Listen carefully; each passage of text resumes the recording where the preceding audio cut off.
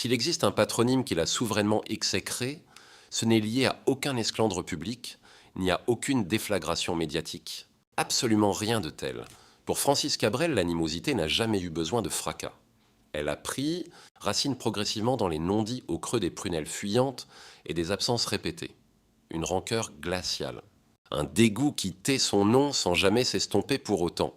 Retranché dans son atelier à des lieues de Paris, la clarté vient lécher avec douceur une scie corde appuyée contre la paroi.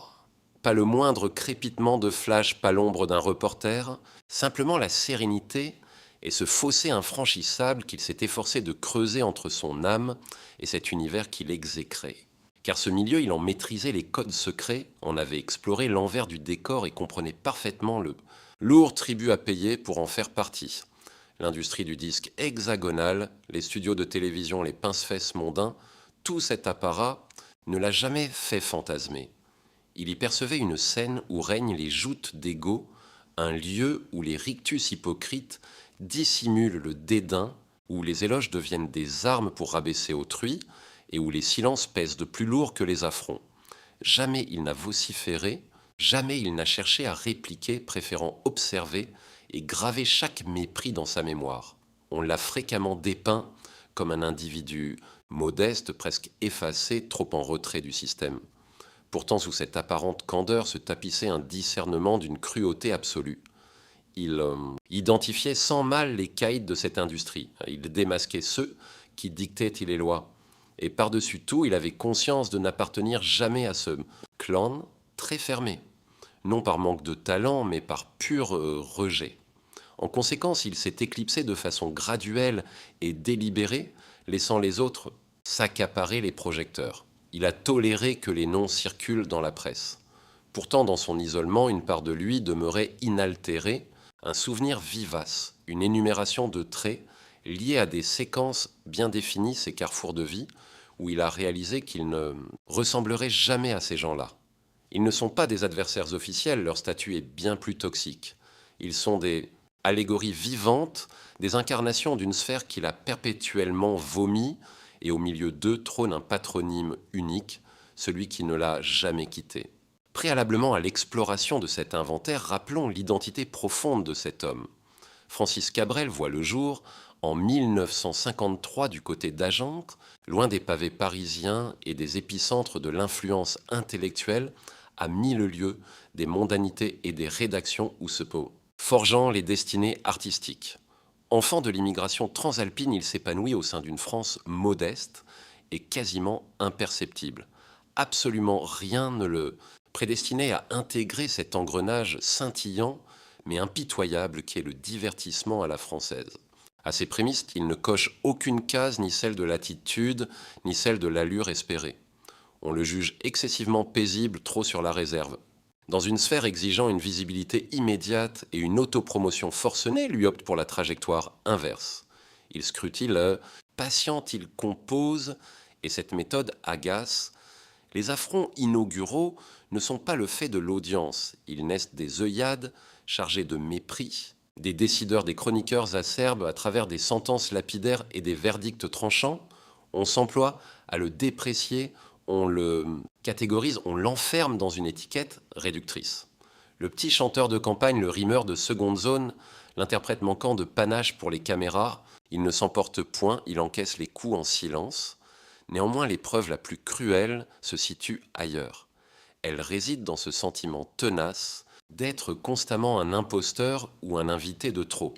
Que ce soit dans les régies de la capitale, les émissions phares ou les remises de prix, il est physiquement présent sans pour autant s'assimiler au groupe. On le convie par politesse sans jamais l'inclure. On prête l'oreille à ses mélodies sans en saisir l'essence.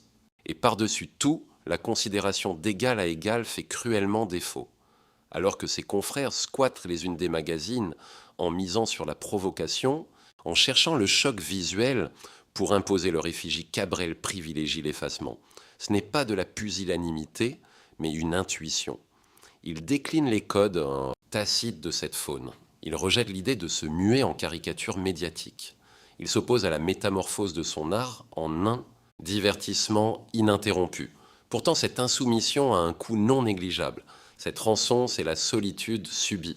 Cette peine, c'est le mutisme forcé. Cette facture, c'est également de contempler autrui, s'accaparer ce trône qu'il n'a absolument jamais convoité de ses voeux.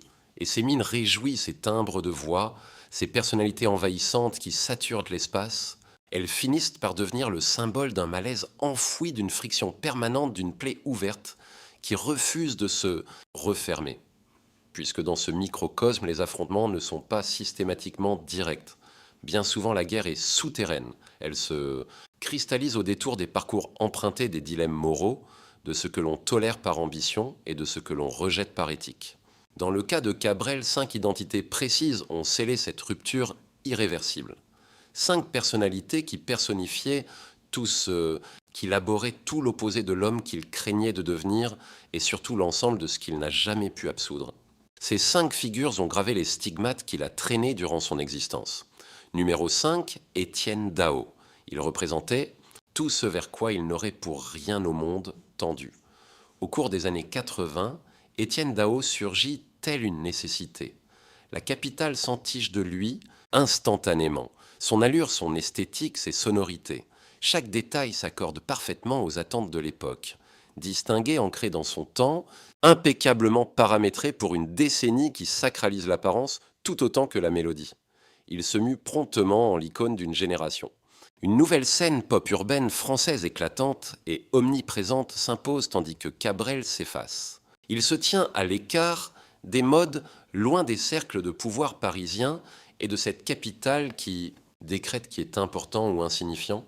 Pendant que Daho s'adapte, Cabrel préfère battre en retraite. Si Daho embrasse son époque, Francis décline l'invitation. Ce n'est pas une guerre ouverte entre eux. Ils ne se croisent jamais, ne s'évoquant pas, évoluant simplement dans des univers totalement parallèles. C'est précisément là que naît ce malaise. Car sous l'œil des médias, la comparaison devient inévitable. D'un côté, le créateur parisien branché et actuel. De l'autre, ce chanteur provincial intemporel presque immobile. L'un est adulé, l'autre simplement toléré. On plaque sur Cabrel l'étiquette d'un homme totalement déconnecté. On perçoit son retrait comme une défaillance plutôt qu'un acte délibéré. Les critiques deviennent alors plus glaciales. Sans l'attaquer de front, on l'efface discrètement, on le contourne pour l'exclure du récit culturel majeur. Dans ce grand vide médiatique s'installe un dédain feutré, une façon de signifier qu'il est devenu étranger. Le plus douloureux n'est pas l'insulte, mais l'absence totale. Toute une génération de journalistes influents et de producteurs ne regardent plus que vers Paris, vers ceux qui incarnent l'immédiateté du présent. Cabrel finit par comprendre qu'il ne correspondra jamais à leurs attentes. Son refus a une contrepartie amère. Le prix à payer est cet ostracisme, cette mise à distance. Pourtant, il ne dévie pas d'un pouce. Il refuse de lisser son image ou de s'adapter. Jamais il ne tentera d'intégrer ce système complexe. Il choisit la fidélité à ses principes, quitte à rester définitivement en marge de la lumière médiatique. Face à cela, Daho devient un emblème, le symbole d'un monde que Cabrel a toujours voulu fuir. Un univers où le paraître prime sur la vérité, où la visibilité efface la sincérité profonde de l'être. Francis prend le chemin inverse et accepte ainsi la rupture, une cassure silencieuse, profonde et sans retour. Il a préféré s'exiler plutôt que de se conformer, et ce choix il ne l'a jamais regretté. Numéro 4, Michel Sardou. Ce dernier incarnait une parole brute que l'homme d'Astafor fuyait. Avec Michel Sardou, tout était exposé, assumé et frontal. Il ne murmurait rien, il le clamait haut. Il n'utilisait pas la suggestion, il s'imposait. Ses morceaux divisaient de l'opinion et provoquaient un malaise. Mais ses chansons saturaient l'espace et forçaient le débat public. Sa présence était impossible à occulter. Dans ce panorama, Cabrel faisait figure d'exception, presque d'anomalie étrange dans le paysage musical français. Quand Sardou faisait de la musique une tribune, Cabrel la gardait comme un sanctuaire secret et protecteur. Sardou défiait le monde quand Cabrel s'en extrayait. Cette divergence n'était pas un détail mais une fracture. Les comparaisons sont vite arrivées. 2 piliers de la chanson française mais 2 philosophies totalement irréconciliables. D'une part un homme bruyant qui assume ses positions polémiques, d'autre part un artiste refusant ce jeu. Cabrel protège son silence comme s'il s'agissait d'une frontière. Dans les médias, ce contraste devient un jugement. On valorise l'audace de celui qui s'expose au vent. On s'interroge sur celui qui choisit le mutisme. Le silence de Francis est alors perçu comme une lacune, comme s'il n'était pas un artiste accompli. On agit comme s'il lui manquait un élément vital pour être complet. La violence est alors invisible. Elle ne passe pas par des invectives, mais par une pression constante à devoir choisir son camp. On le somme de parler de s'expliquer. Cabrel subit un modèle qu'il ne peut absolument pas suivre. Chaque triomphe de Sardou accentue cette tension. Chaque éclat rappelle à Cabrel tout ce qu'il refuse d'incarner. Ses succès et ses prises de position sont des miroirs de ce que Francis décline obstinément d'être. L'épreuve n'est pas le conflit, mais l'assignation systématique à une catégorie qui ne lui correspond pas. Il se sent jugé selon des critères qu'il a toujours rejetés, sans jamais être réellement écouté ou compris. Dans les coulisses de l'industrie, on commence à dire que Francis n'est plus au niveau attendu. Mais il ne cède rien, ne changeant jamais de ton. Il refuse d'entrer en compétition avec quiconque. Il reste fidèle à son propre langage poétique, même si cela l'oblige à rester dans l'ombre. Dans ce refus catégorique, une distance irréversible se cristallise un fossé qui ne sera jamais comblé. Sardou n'est pas son ennemi, mais il représente tout ce que Cabrel rejette viscéralement dans ce milieu. Il ne s'agit pas d'un simple désaccord artistique, c'est bien plus grave. C'est le reflet d'une voix que Cabrel a catégoriquement rejetée, une existence qu'il s'est toujours interdit d'embrasser. Ce refus engendre une tension électrique qui ne s'est jamais vraiment apaisée avec le temps. Il a toujours refusé de mettre un pied dans cette arène médiatique. Au troisième rang des ombres qui le hantent, Johnny Hallyday. L'idole des jeunes représentait précisément tout ce que l'homme d'Astafor fuyait depuis ses débuts. Avec le taulier, on ne parlait plus seulement de styles musicaux opposés, mais d'un changement radical de paradigme. Johnny n'était pas qu'un interprète, il était un rouage industriel. Il incarnait une véritable machine de guerre, une industrie à lui seul, une omniprésence étouffante qui saturait chaque centimètre carré de la scène culturelle française. Des concerts aux dimensions pharaoniques, des unes de magazine People à n'en plus finir, des plateaux télévisés permanents entre scandale, drame et triomphe. Chaque instant était démesurément amplifié, tout était mis en scène pour le voyeurisme des foules. Face à cette débauche de visibilité, Francis finissait par s'effacer totalement. Ce n'était pas un aveu de faiblesse artistique, mais un dégoût profond pour les règles de ce spectacle permanent auquel il refusait de participer. Tandis que Johnny se nourrissait avidement de la lumière des projecteurs, Cabrel s'en protégeait comme d'un poison. Là où l'un faisait de sa vie un cirque public, l'autre l'érigeait en forteresse imprenable. Deux conceptions du métier que tout oppose, deux trajectoires condamnées à coexister sans jamais se rencontrer. Cependant, le véritable venin n'était pas la différence de nature, mais l'omniprésence du rocker. Hallyday était partout tout le temps saturant l'air. Il était impossible d'échapper à son ombre, impossible d'éviter les comparaisons empoisonnées ou d'échapper à la mesure constante de cette démesure. Que ce soit dans la presse, les conversations de comptoir ou l'imaginaire collectif, Johnny était devenu le maître étalon définitif autour duquel tout gravitait. Cabrel, par essence, refusait de n'être qu'un satellite de quiconque, et pourtant on le ramenait inlassablement à ce miroir déformant de la star absolue. On se complaisait à opposer sa sobriété presque austère aux excès flamboyants de l'autre, son silence monacal au tumulte assourdissant des stades. Mais derrière ce contraste se cachait une hiérarchie insidieuse, une manière de suggérer que la discrétion vaut moins que le fracas, que l'ombre est inférieure à la lumière.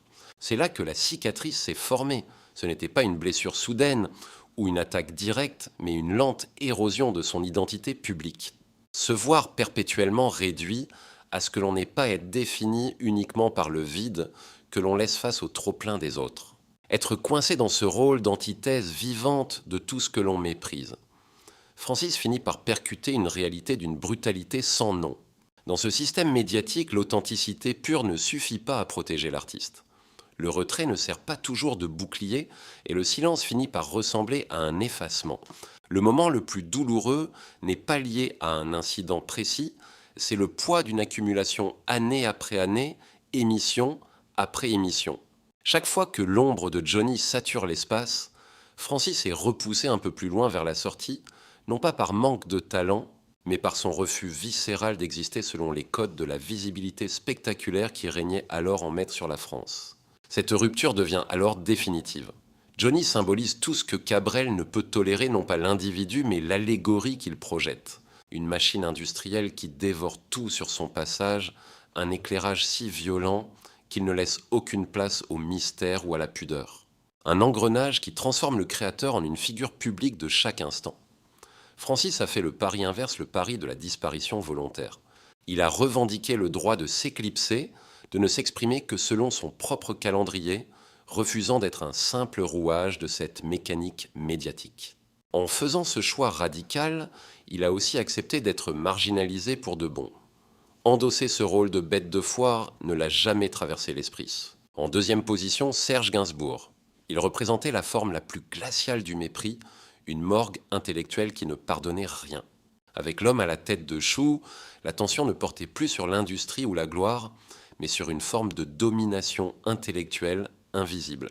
Une autorité qui s'imposait par le poids du regard des pairs plutôt que par le bruit. Gainsbourg n'avait que faire de l'espace vital façon Johnny. Inutile pour lui de provoquer comme un Michel Sardou. Il régnait par le verbe, par sa culture immense et sa place de référence intouchable. Il évoluait dans un microcosme où l'on jauge en permanence la crédibilité et la valeur intrinsèque des artistes. Dans cet univers, Cabrel était l'intrus. Il ne faisait pas partie du bon cercle, non par manque de profondeur, mais parce que son apparente simplicité était perçue comme une provocation par l'élite. Son écriture directe, dénuée d'artifices trop accessibles et chargée d'émotions, ne respectait pas les codes hermétiques de la haute société parisienne. Pendant que Gainsbourg jouait avec les références obscures, les provocations calculées et les doubles sens, Francis avançait à visage découvert, sans aucun masque. Et dans un milieu où l'on confond souvent l'alambiqué avec le génie, cette droiture finissait par poser un sérieux problème de crédibilité. Les comparaisons encore, elles ont fini de creuser le fossé. On ne les confrontait pas ouvertement, on les hiérarchisait avec une condescendance sournoise. Serge devenait l'archétype de l'artiste complet, le provocateur de génie, l'intellectuel brillant, que tout le monde se doit d'admirer. Et en face, Cabrel devenait celui qu'on fredonne en cachette sans jamais oser le citer dans les dîners mondains pour ne pas paraître ringard. On le respectait poliment sans jamais l'élever au rang d'icône culturelle absolue. Une position inconfortable et silencieuse qui finit par devenir pesante. Ici, la violence ne s'exprime jamais par des mots, mais par des silences, des regards en biais et des non-dits qui finissent par vous exclure. Ce penseur de génie, ce trublion des idées adorant le chaos. Face à lui, Francis s'effaçait devenant une simple ombre ignorée. On le vénérait par principe sans jamais l'applaudir vraiment. C'était une position ingrate, un recoin muet, une existence qui finit par devenir un fardeau. Cette brutalité reste discrète. Elle transparaît seulement dans la noirceur des prunelles par les blancs pesants durant les échanges, ces instants de malaise où l'on réalise que notre image échappe totalement à notre propre contrôle. Personne n'agresse Cabrel, on se contente de le mettre sur la touche à la périphérie, loin du cœur battant de l'élite. Cette mise à l'écart, il la ressent. Son calvaire ne naît pas d'une insulte, mais d'une lente accumulation de mépris silencieux. Ce sont des verdicts tacites qui bâtissent une muraille infranchissable, un fossé séparant brutalement deux univers que tout oppose désormais. D'un côté, le génie de Gainsbourg, analysé avec sérieux, de l'autre, le succès de Cabrel, jugé plaisant mais dépourvu de substance. C'est une forme de dénigrement raffiné, presque élégant mais cruel. Francis finit par saisir une vérité fondamentale sur ce milieu fermé. Dans ce cercle, émouvoir ne suffit pas. Il faut être adoubé par les autorités qui définissent arbitrairement ce qui a de la valeur. Or, ce brevet de noblesse, il sait qu'il ne l'aura jamais. Alors il tranche. Il refuse catégoriquement de se travestir pour plaire. Pas question de complexifier ses textes. Il refuse d'altérer sa voix ou de se rapprocher de ce monde qui le regarde de haut. Il choisit la loyauté envers lui-même, même si cela implique d'être éternellement perçu comme un étranger par cette petite élite parisienne. Désormais, Gainsbourg dépasse le simple cadre artistique. Il devient une frontière mentale, une ligne que Francis ne cherchera jamais à franchir. Certaines mises en balance agissent comme des plaies. En tête de liste figure Renaud, l'homme qu'il ne pouvait plus occulter. Avec Renaud, le problème n'était plus un système ou une élite. C'était la confrontation brutale face à un miroir, un reflet dérangeant. Un miroir trop proche pour être mis de côté, mais trop différent pour être accepté. Ils appartenaient pourtant à la même époque. Ils venaient du même pays, s'adressaient à la même jeunesse, et pourtant un gouffre béant séparait leurs deux manières d'être un artiste. Renaud incarnait la colère brute et les mots sans filtre. À l'opposé, Cabrel cultivait une pudeur, un retrait presque mystique dans l'écriture. Il semblait en retrait comme s'il craignait de transformer ses sentiments profonds en slogans. Là où Renaud criait, Francis préférait le murmure. Tandis que l'un déballait ses rages, L'autre les laissait mûrir en lui. Pour le public, cette divergence forçait un arbitrage bien cruel.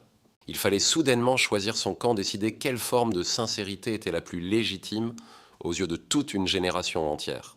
La scission devenait insupportable car Renaud n'était pas un mirage. Il représentait une alternative artistique tout à fait crédible et très forte. C'était une autre façon d'exister tout aussi authentique, mais animée par une énergie radicalement différente. Cette proximité rendait la comparaison fatale. Dans la presse ou les débats, leurs patronymes étaient soudés. On les opposait sans répit, analysant la portée de leurs vers respectifs. On comparait leurs combats et l'influence de leurs chansons. Dans cet engrenage, Francis subissait une force qu'il ne pouvait absolument pas maîtriser. Il s'agissait d'une rivalité tacite, dictée par l'opinion mais vécue intérieurement. La violence n'était pas explosive ici, elle était sourde. Chaque nouveau triomphe de Renaud venait nourrir cette tension. Chaque prise de parole engagée rappelait à Francis ce qu'il refusait d'accomplir. Progressivement, une démarcation nette s'est tracée. D'un côté, le porte-parole d'une nation, de l'autre, celui qui refuse de prêcher pour autrui. C'était un conflit de légitimité, alors qu'il n'y avait de place que pour un seul leader dans le regard des gens. Cette concurrence fantôme pesait comme un fardeau constant. Être jaugé à l'aune de quelqu'un qui incarne tout ce qu'on fuit est épuisant. Il se sentait piégé dans une opposition binaire sans aucune échappatoire. Le plus dur ne fut pas l'affrontement, mais la prise de conscience. Comprendre que cette comparaison ne s'arrêterait jamais. Qu'importe ses œuvres, on le ramènerait sans cesse à cette dualité avec son rival. Il comprit surtout qu'il ne pourrait jamais réconcilier ces deux visions, ni dans sa musique, ni dans la construction de son image. Ce fut le constat d'une impasse, d'une fracture définitive. Alors Francis a fait ce qu'il a toujours privilégié, il s'est retiré. Il a décliné la lutte, refusant d'alimenter cette rivalité orchestrée par des tiers. Mais ce retrait n'a pas effacé les traces passées. Cela n'a fait que figer les positions, et dans ce silence, une incompréhension subsiste, un fossé qu'il est désormais impossible de combler. Il a intégré que leurs deux mondes ne se rejoindraient jamais. 5 identités, 5 trajectoires que Francis n'a jamais voulu suivre réellement. Pourtant, ces figures ont dessiné les contours de sa propre vie. Ce ne sont pas des ennemis au sens classique du terme. Il n'y a eu aucune rixe directe ni scandale médiatique. Pourtant, les balafres morales sont bien là nichés au plus profond de lui. Ces cicatrices racontent l'histoire d'un homme qui a préféré sa vérité aux honneurs. Il a construit sa carrière sur ce refus des mondanités. Francis a su transformer cette exclusion en une force singulière. En restant loin de Paris, il a préservé l'essentiel de son art. Cette distance avec ses pairs n'était pas du mépris, mais une nécessité vitale pour ne pas perdre son identité dans le tumulte. Le public a fini par respecter cette posture solitaire, y voyant une forme de sagesse que les autres artistes n'avaient pas forcément. Il a fini par admettre que ces deux facettes de lui ne fusionneraient jamais totalement. 5 patronymes, 5 parcours, 5 univers que Francis Cabrel n'a jamais cherché à intégrer, mais qui ont sculpté son destin. Il ne s'agit pas d'adversaires au sens propre. On ne compte aucun duel frontal, aucune polémique étalée devant les médias. Pas de clash médiatique, pas d'insultes filmées. Et pourtant, les éraflures à l'âme sont bien réelles et extrêmement profondes. Ces plaies restent muettes, tenaces, car dans les coulisses, la cruauté ne se manifeste pas toujours par des éclats. Elle s'installe dans la noirceur des œillades, les silences pesants et ces comparaisons venimeuses qui tournent sans fin. Francis n'a jamais eu l'âme d'un pugiliste. Il n'a jamais cherché à écraser l'autre ou à s'imposer brutalement. Il a choisi un sentier plus discret, plus lent et solitaire, mais cette pudeur ne le mettait pas à l'abri. Elle l'exposait au doute dévorant, à l'incompréhension et à ce sentiment viscéral de flotter à la lisière du monde sans jamais y appartenir. Face au ténor de ce milieu, il n'a jamais réagi avec de la fureur. Il a préféré le détachement.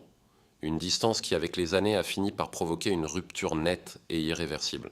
Chaque figure incarnait un carcan, une exigence factice ou une attente précise dont il refusait de se satisfaire. Cette façon d'exister lui déplaisait. En disant non, il a accepté de payer le prix fort, celui de l'ombre. Renoncer aux honneurs faciles fut son sacrifice. C'est un acte de liberté, mais c'est aussi une épreuve solitaire. Une solitude profonde qui ne le quitte jamais vraiment, même lorsque les sommets du succès semblent enfin atteints. Ce n'était pas un saint intouchable, ni un homme supérieur.